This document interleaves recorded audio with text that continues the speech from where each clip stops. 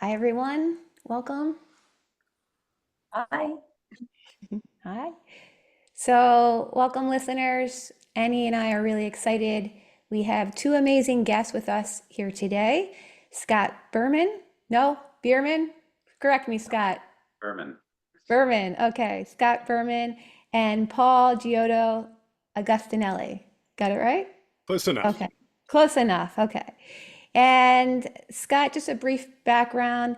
Scott is a fractional chief marketing officer, a venture capital investor. He enjoys exploring the wisdom of Zen Buddhism, and he's an avid Sixers fan. So we'll have a lot to talk with Scott about in terms of Philly sports. And Paul, like Annie, is an executive life coach, a serial entrepreneur, and Zen master. He's co-founded 3 tech startups that incorporate Zen practices and principles to the world of professional and personal development. And he's recently developed a Zen training program for coaches, which I'm really excited to learn more about. So welcome, gentlemen. So happy to have you here with us today. Great to be Thank here. you. So if you Me could, looking over here, it's not because I'm ignoring you or watching TV. It's because I have another screen. So I'm reading some questions and stuff about you guys. So just don't think I'm like watching TV. Okay. so I'm interested in sharing with listeners how the two of you met and then how you collaborated together to create the podcast that you have called Game of Zen Podcast. Take it away, Scott. So during the COVID pandemic, I was home a lot and I was really interested in Buddhism. I've been reading a lot of books and watching programs and just trying to, spend the extra time at home learning and growing. And then I got a note on LinkedIn. I saw a post that Paul put out about his coaching services. And he's, an entrepreneur, an executive coach, and a Zen master. And so me, always have a lot of work stuff going on, and I was interested in how these two things work together. So we met over Zoom during the COVID thing, and we just hit it off. And I started working with him as a coach. And I just, it very quickly just hit home with me, and I got a lot out of it. And I just really enjoyed meeting Paul. Yeah, Scott was really special for me because I had hung out my shingle as a coach, a Zen inspired executive coach back there. I think it was 2019, maybe when we first met, and put it out on LinkedIn without any real craft to it or design. I didn't just have it wired in. And Scott was one of the first people who came and expressed interest through LinkedIn. And I love that he was a sports fan, and we just hit it right off. And after our coaching period, we then extended our relationship and created the podcast together. We can talk about that too. Yeah. And what I think is so cool is here we are, the four of us. And I know that Scott, you're in terms of location closer to where Annie and I, just outside of the Philadelphia area. But Paul, you're in, is it Boulder, Colorado right now? Yep. So I think it's so cool that here we can connect not only through Zoom, but you met through LinkedIn and created this amazing podcast. So yeah, I'm excited to talk more about that. But before we segue into that, I know that listeners, or I should say regular listeners of the Conscious Corner podcast, they have a good handle on what mindfulness is.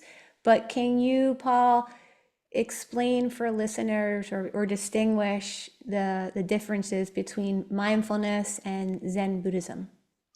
Yeah, okay. We can go really deep with that, and I'll try not to go too deep, but just make it, kind of accessible. But, what we understand as mindfulness in the West here is kind of a extraction and a bit of a simplification of meditative practices that were developed in the context of, Eastern wisdom traditions, Buddhism being one of them.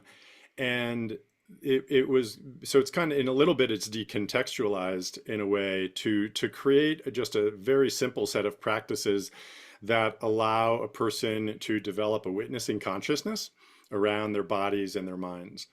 So there's just a primary powerful asset to activating a consciousness where you're witnessing your thoughts instead of identifying your thoughts, and witnessing your feelings instead of identifying with your feelings. And most of the time we are identifying with both of those things, and that causes a lot of problems. So Yeah. mindfulness has that primary practice of witnessing what's going on with the effort of not identifying with it, and giving us some freedom and some space within our body minds to operate. Zen meditation is a it's a very deep, and it's been around for 2,500 years, really 1,500 years in the Zen tradition. Zen, just to give a little historical background, Zen Buddhism kind of was founded in around 500 AD, so about 1,500 years ago in China. And it was a combination of Buddhism that came from India with Taoism, which was the native spiritual tradition in China. And when you get those two together, you get this very meditation-focused form of Buddhism. And that's what Zen Buddhism is. It has really developed some very powerful meditative practices. So on top of the witnessing that we just talked about, there is a real development of samadhi, or the energy of concentration, that goes along with that. So you could say it's focus, but it's really deep focus. It's body mind focus, where the entire sense system of the human body mind is engaged in focusing on the object, whatever it is. It could be a sense experience, it could be an idea or a thought. So you develop that focus very deeply. It's also a form of inquiry. So this isn't perhaps so present in most mindfulness practices, but in Zen, you can actually apply that focused, concentrated mind to questions, right? They can be really deep questions like, who am I? Or what is God? Or what the F is going on here? And it can be very practical questions like, what do I do in this situation? Or what do I say to this person? Or should I get married to this person? Or should I take this job? I mean, really practical questions. And Zen is a practice of developing the mind in a way to address those questions, not from an analytical standpoint, which really ultimately doesn't give satisfying answers, but from a full body mind standpoint. And then the third quality that Zen develops is equanimity. So you could call it wholeness, you could call it integration, but to be able to expand your mind and your heart in such a way that you're able to handle all sorts of things that are going on, and you bring both a clear insight and a compassionate, connected, responsive action in your life. This quality of equanimity which is so powerful, and we all need this because we're all so busy and so activated. So I would say, I don't know if that gives you a flavor of how Zen kind of extends mindfulness practice. Yeah, thank you. Thank you. I think that definitely is helpful to our listeners and to me. I love also that you're commenting on the compassion and equanimity element. I'm offering in a few weeks a 30-minute workshop on a mindfulness practice known as metta or loving kindness. And I think it gets a bad rap sometimes, especially in, the types of people that Annie and I often work with are top executives, overachievers, and they sometimes have the misconception that in being kind to ourselves or others that we may come across as soft or weak, or maybe people will think we're a pushover. And it couldn't be any further from the truth that when we give ourselves this space to be with, what is here, and we can cultivate these seeds that exist within each of us, that's what helps them to grow and flourish. One of the qualities being equanimity. So it actually makes us stronger and more resilient to what is. So I love that. Quick question. How much do you find that you're more convincing people about this versus people that are open and willing to practice this? Like, for example, how many people say to you, well, that's too woo-woo for me, versus I'm so interested in what you're talking about? Like, that's what I have found in my practices. Like, I have done a lot of convincing, whereas now I've shifted toward, I don't need to convince you. Like, if you're open-minded and you're into what I'm saying, then you'll be into what I'm saying. But I guess that's just my question. Yeah, well, like you, I did face a lot of people who had that primary question when I first started introducing, meditation into the workplace, say, or into more secular lay environments. And like you, I believe, I just feel I'm no longer in the business of trying to convince someone. Yeah, it's like if you don't get it, you don't get If it. you don't But get it, you don't get it. And really, but what I do want to say is, listen, if you know, you have to be in touch with your own suffering, and you have to be in touch with a desire and a willingness to do something about it. And if you have both of those things, then here you go. I've got something that can help you. But I think what often happens perhaps in the workplace is that people aren't quite in tune with that. They actually don't quite understand what's going on with them, the way that they're afflicted, and they don't believe that what you're offering actually is addressive to those things. agreed. Well, and and in the work that many of us do, we are so analytical. We are so in our heads that we don't actually feel within the body, I think, lots of times. So, but that sort of goes back to Scott, your I don't know if I call it drive, but your desire to work together, to collaborate with Paul, I think speaks to the fact that when we get to a place where there's that level of open-mindedness, curiosity, and like wanting to promote deeper well-being, like that's when we give it a shot without having to overthink things. I think sometimes people maybe overthink it without like feeling into what's calling for attention in the moment. Yeah, and So I think it's also something that grows over time. So when I first met Paul, I was super interested. And I'm like, this guy's cool. It's so interesting. I can learn a lot. I knew it right away. But then once we start to get to know each other and I started to apply things that I learned from him in my daily life, personally or professionally, I was like, oh, this is going a little better. And let me talk to that guy again. He taught me a lot. And then it sort of snowballs and it gets stronger and stronger over time. can you share with us what you said things started to get better? Can you share with us some examples in your personal and professional life that got, how it actually improved or got better? There's a lot of examples. I'll try and pick one or two, but I think just in general, like a lot of what I do in venture capital is trying to understand an investment, whether it's a good idea or not, and also understanding the people. And I do this all day long, look at pitch decks. I think one thing that this has helped me with is really listening very deeply to what the other person says. And it's tough because a lot of times it's over Zoom, but trying to understand, their desires, their fears, what causes their suffering, but also like projecting how they're going to deal with this 2, 3 years from now. Are they going to build a big business and sell it? Are we going to make money as investors, or is this just like a cool guy? So it's also just understanding the other person and what's going on with them that I've definitely gotten better at. I And can think of that's a lot of examples, but that's a Don't you quick. find, Scott, that I feel in my business, like the more you understand, like, do you find the more you understand them, the more you understand yourself in a way? Like when I do Yes. healing, right? It's like I tell my clients, like, I'm healing also. It's not just coming in and healing and helping you. It's healing and helping me. Do you feel that? Absolutely. And I think also just when I was working on myself, feeling better about my own, head and whatever, that definitely opened up a capacity for me to help other people more. This is why I really enjoy doing the podcast with Paul too, because I know somebody's listening. If one person out there is listening to us and getting some benefit out of it, I'm thrilled. And every once in a while, I get a text message that said, I just listened to a certain episode and it was great. And that just, it's really, really cool. But that didn't happen for a while. And I've grown into that, I think.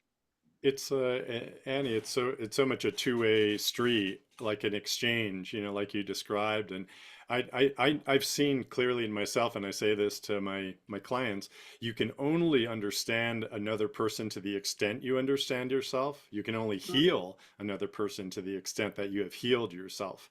It only comes from the inside. So you see people who do, like, are making everybody else black and white, right? It's like you're good people or you're bad people, right? And we've got politicians who are like that, at least they talk that way, right? Good and bad. Well, they only see that, they don't even see themselves very, very deeply. They sort of see themselves as cartoon. They haven't done that investigation. When we do the investigation to ourselves, we see how subtle, how multiple, how confused, how messy we are. Then we see that in other people, and we can help them clean it up or at least accept it. That goes with our healing as well.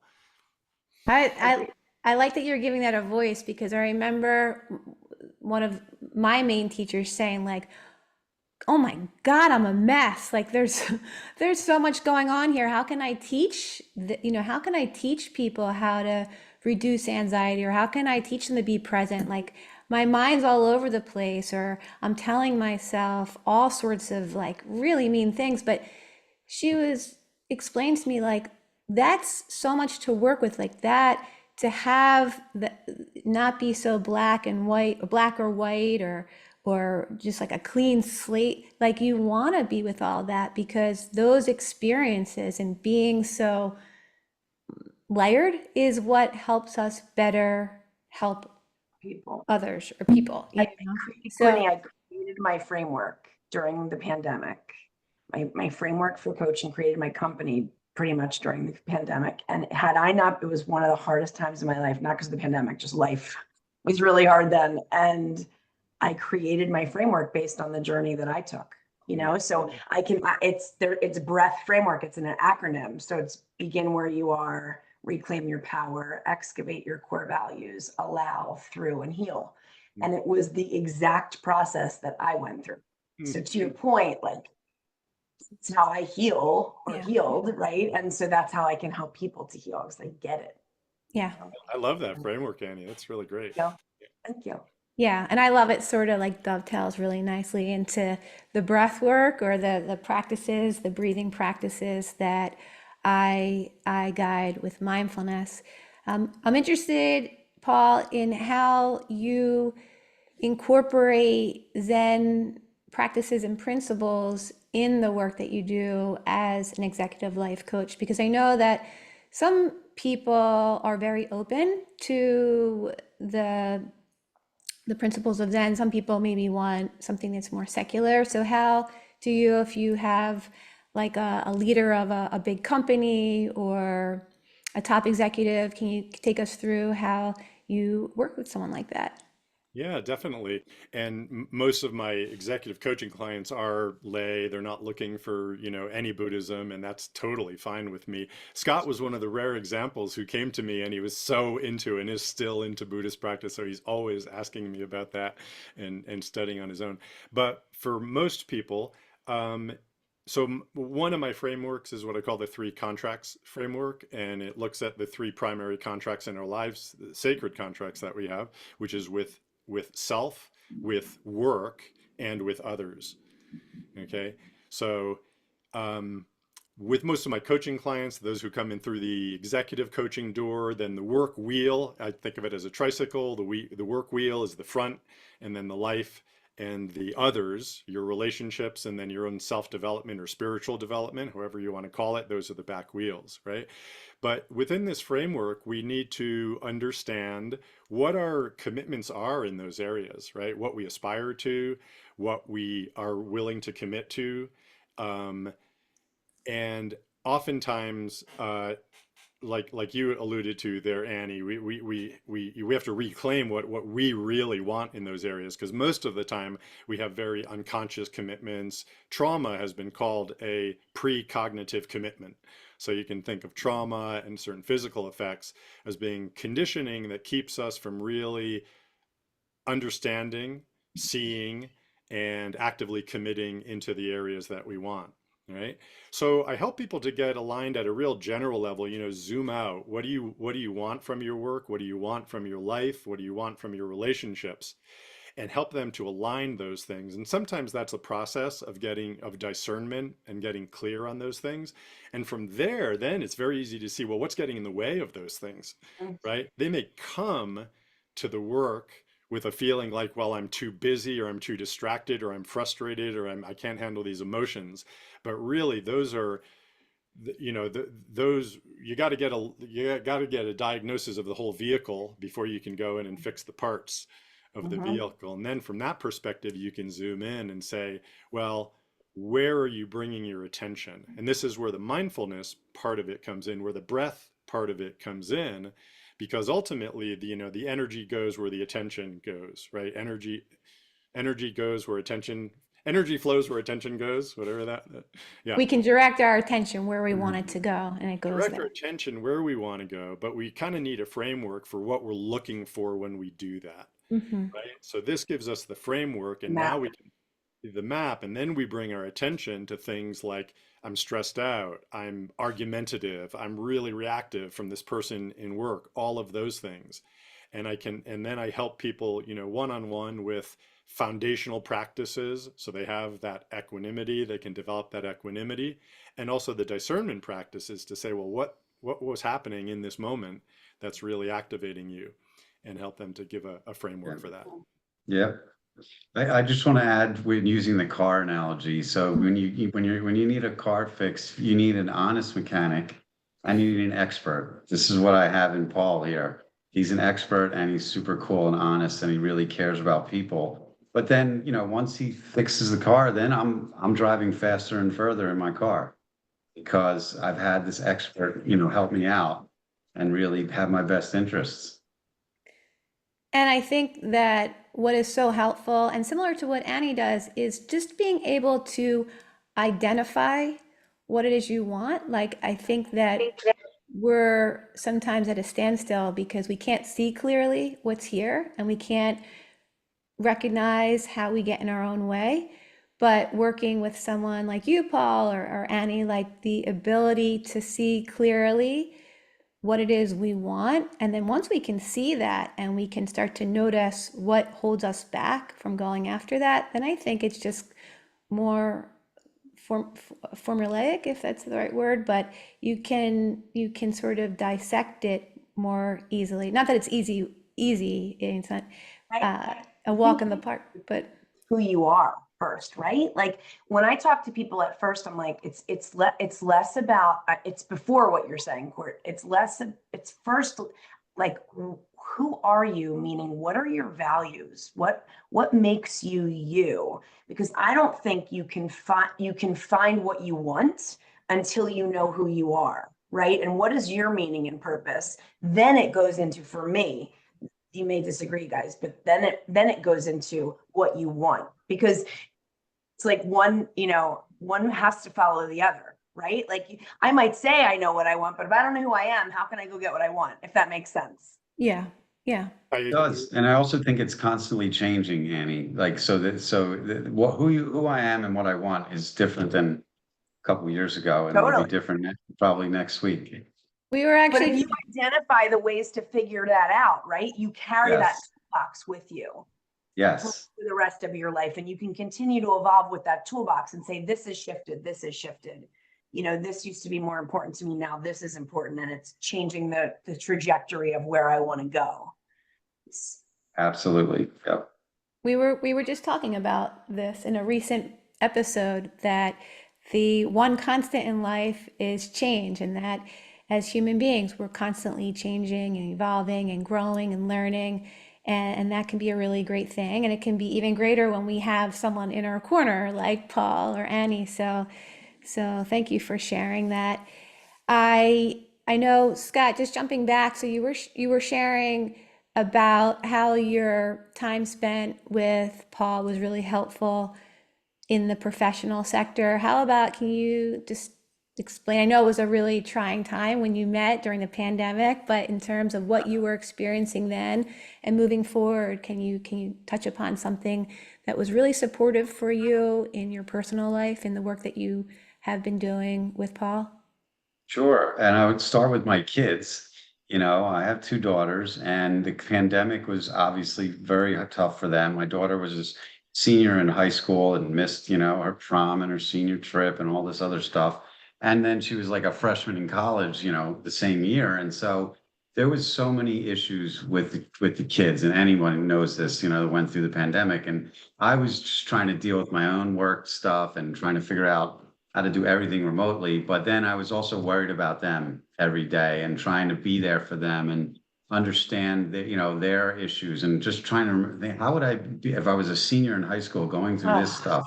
it's It was just awful. so hard. So how can I have the compassion and understanding to talk with them, get them through the day? And they had some rough days. And meanwhile, personally, for me, I was trying to readjust my work situations. My personal life, my social life went down to not much, wasn't going out much. And so I'm like, all right, I got to like adjust to this new reality. It may take a while.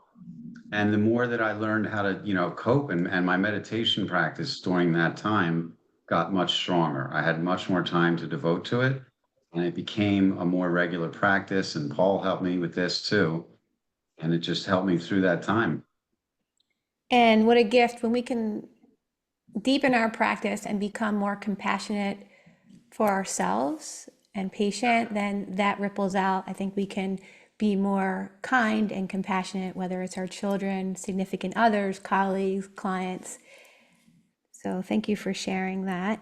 And I also noticed, Scott, when I looked at I believe it was your LinkedIn profile, you sort of credit the practice that Paul introduced you to as helping you to better yourself each day. If you were to share with listeners one practice or habit that's really impacted you over the past few years, what would you share with our listeners?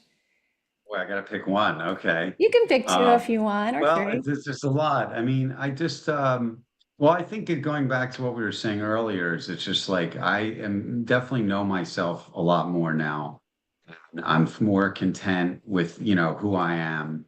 I spend a lot more time contemplating, deeper things and working them out, like just trying to sort life is crazy, monkey mind, all that stuff. So I'm more calm and cool than I was back then. And I think I'm better at my relationships have gotten stronger with a lot of people, including work and kids and friends and new people that I meet. And yeah, I'm just really more, I think I'm just on a happier level now because things, I'm better at when things go off track, which they do every day or every other day. I'm better at riding the waves. The wave comes in, the wave goes out. Sometimes the water's flat, Yeah, and I'm better at navigating the waters. awesome, awesome. And Paul, I know that you've been practicing Zen for over 30 years now, but for someone who is curious about the practice or maybe about mindfulness, especially professionals who are we're talking about busyness of life, right, and the fast pace of life, what piece of advice would you give someone who may be feeling overwhelmed by the busyness of their to-do list or maybe the pace of life, but yet they have that curiosity spark? Yeah, it's just to know that a practice of mindfulness actually creates time for you and it creates space. And it's a little bit counterintuitive because we think, I don't have the time to sit here doing nothing. I've got all these things to do.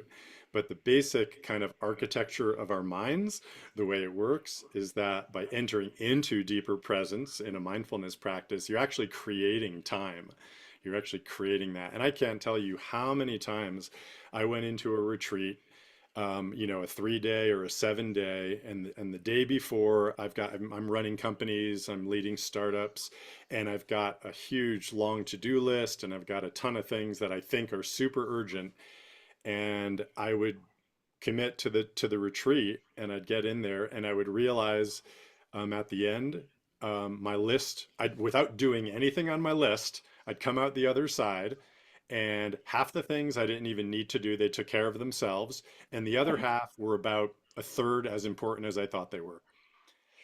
Yeah, Internal work completely changes your relationship to your to-do list, to your relationships, to your action and your work in the world. And that capacity that you're developing really works to shift that. And I can speak personally to that. I know Annie knows this, but I had recently, no, a year ago, I had signed up to go on a week retreat with John Kabat-Zinn and his son Will Kabat-Zinn. And I was really dedicated to it and looking forward to it and had everything lined up just so. And Scott, to your point, like we can plan and our plans in an instant go out the window. So a case that I had thought was going to settle here, I find out the week after I'm scheduled to go on retreat is attached for trial. And I think to myself, this is either going to make or break me going, because it seemed totally irresponsible from the usual doing mode that I'm so conditioned to. And then part of me thought this may be the utmost responsible thing to do.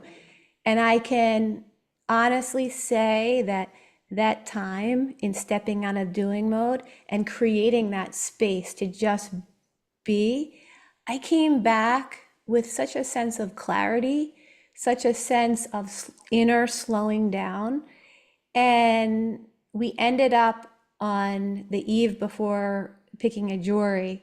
We settled the case for a real, it was a great outcome, but just being able to like observe our thoughts and not be caught up in the reactivity, and then to really make skillful responses and to do from this more calm and centered space. I mean, you can't put a value on that. So I do think that I can relate to that pull. Like, I don't have the time to go away, let alone a week before a trial. But the reward and the benefit outweigh sort of that thinking mind. So I totally. I was so happy that that was your decision, Courtney. That I am was so clear to me that that's what you needed to do. So I'm just so happy that that's what you decided. I was going to support you either way, obviously, but I was just thrilled. Yeah, no, I'm happy with my choice. I'm happy with it, but I do want to give some time. Speaking of time, I did want to share with listeners, Paul, for coaches out there who may be interested in finding ways to strengthen the work that they do and to incorporate Zen practices and principles. I was really excited to recently learn that you created a program for other coaches. So if you could take a moment to share with listeners a bit about what that's about. Yeah, yeah. I've realized that I've got a lot of tools and frameworks that can really help coaches who are mindfulness based, and they've maybe brought mindfulness into their coaching practices, but the depth practices of Zen actually are at a whole other level. So I can give you a few examples. I talked at the beginning about the kind of inquiry dimension of Zen meditation, where you can apply yourself to specific questions.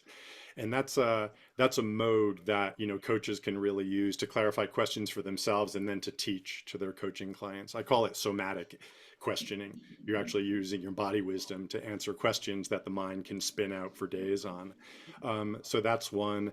The mind's there's descriptions of certain qualities of mind that you can develop that come from Zen practice, that one of which is the mind of sufficiency. So this really helps people with a resource lack or perceived resource lack. Okay, so we time, attention, money, information, people, right? We're constantly sort of in these distressed situations, oftentimes with one or more of these resources. And the fact is that we need things, okay? I mean, we'll look at like hunger and thirst, right? We need food and we need fluids, right, to keep us. But so we need a certain level, but what we do, and this is core kind of Buddhist training, is that we add a whole bunch of angst and reactivity to the fear that we're not going to have enough, and we completely miss what we actually have. So we're constantly bringing this mind to time, attention, money, information, people, and energy, these core resources. So to have a protocol, you could say, to practice working with these perceived deficiencies of these things, helps coaches, and then is a framework that they can also teach to their clients, because everybody suffers from things like this. And then the last thing I'll say is I have a really interesting and I think cool framework for manifestation, which is how things get kind of birthed in the world. And Annie, you kind of touched on a lot of the phases of this, but it's called the manifestation pathway. It's kind of the reverse channel to the sequence of chakras that go from the seventh chakra to the first chakra. So it's a pathway of inspiration, vision, expression, connection and relationship, personal power, joy, and then material manifestation that all manifestation processes go through. And each one of these kind of energy centers along the phases of this process experience kind of blockages and messiness and insecurity and loss of clarity and confusion. And a lot of time people are jumping to, a phase that they're not ready for because they haven't done the work on the primary phase. So I'm giving you a really short description of this, but for coaches to recognize this channel within themselves, and they can use this for their own business manifestation. And then it's something that they can teach to anybody in whatever capacity, in a business capacity, in a life capacity. They can teach it to their clients as well. So Definitely sparked an interest in me. I'm excited to learn more about it. So thank you for sharing that. Sorry, guys, I have to run. I have to go. I'm like, I couldn't leave. I'm 5 minutes late, but I got to run. I'm sorry. Keep going. I Keep know, going. and I wanted to talk more sports, but I'll get a little bit of sports in after you leave with Okay. Scott and Paul. But I loved being with you both. I really did. And Nice to I'm meet sorry you, I have Annie. to run, but please continue. All right, Okay. Court, I'll talk to you later. bye, Annie. We'll miss you. I know I have to find the leave button. I swear I'm leaving. You could stay. Well, guys, I know, Paul, you have an appointment as well, but I just wanted two last questions. Well, first, Scott, we have to talk a little bit of Sixers because I know that you're an avid Sixers fan, and I'm really excited about Paul George. A little bit nervous the other night with the hyperextension of the knee. So, but fortunately, I think it's like a bone bruise, nothing Yeah, too he'll be serious. okay. Yeah, he'll be okay. And Embiid, I'm hoping he We don't know about him. yes, but hopefully they get in a decent amount of games in the season and they make it through to the end being healthy. So anything you want to share on the Sixers front for Phillies fans Well, out there? so yeah, I'm on my way down there tonight for a preseason game, and Yeah. I'm excited about the team. They had a very good offseason, and they have a much deeper team than they have in the past. Yeah. So they can withstand injuries and not really fall apart. So I think that's going to be the big difference this year. Yeah. Yeah. Better backups. Good. Well, I might bump into you. We have some tickets, Oh, yeah.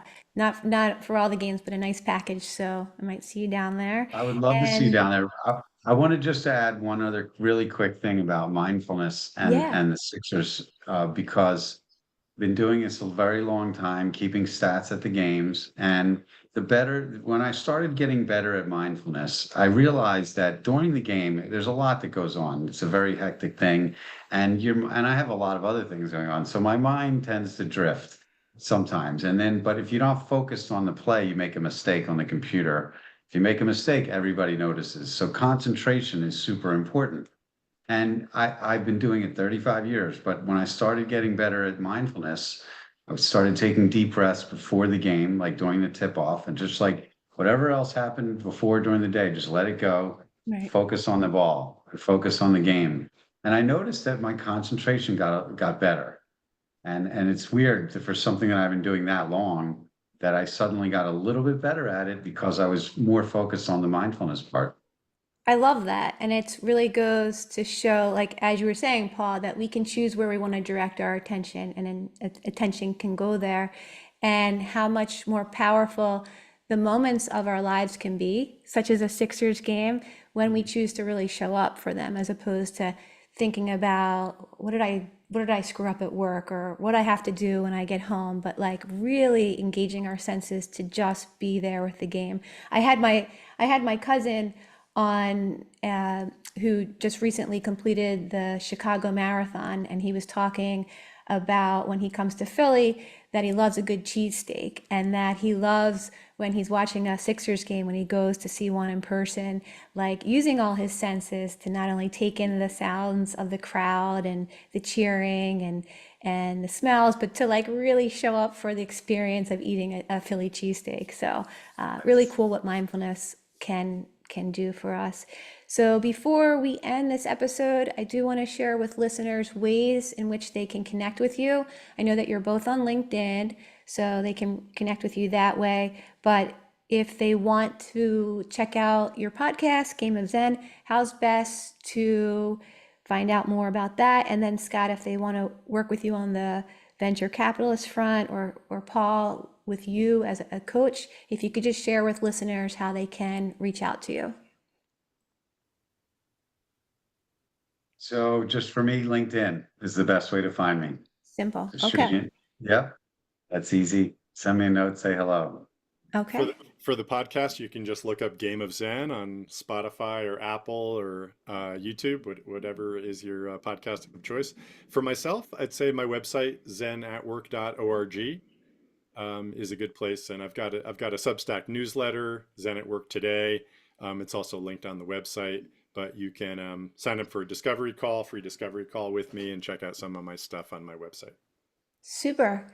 Any last comments you want to share before we end? You can definitely listen to our interview with Courtney on the Game of Zen podcast. Yes. It was a couple episodes ago and it was great. So if you're going to tune in, definitely check that one out. Oh, thanks. Yeah, that's how we met through LinkedIn, and then I had the joy of being on that episode, and I didn't want it to end. So here we are back together again. So thank you for that. It's been a real pleasure, Courtney. Thank you, Courtney. Yeah, it's been fun. Likewise, I hope that you guys have a great rest of the week, and go Sixers. Thank you.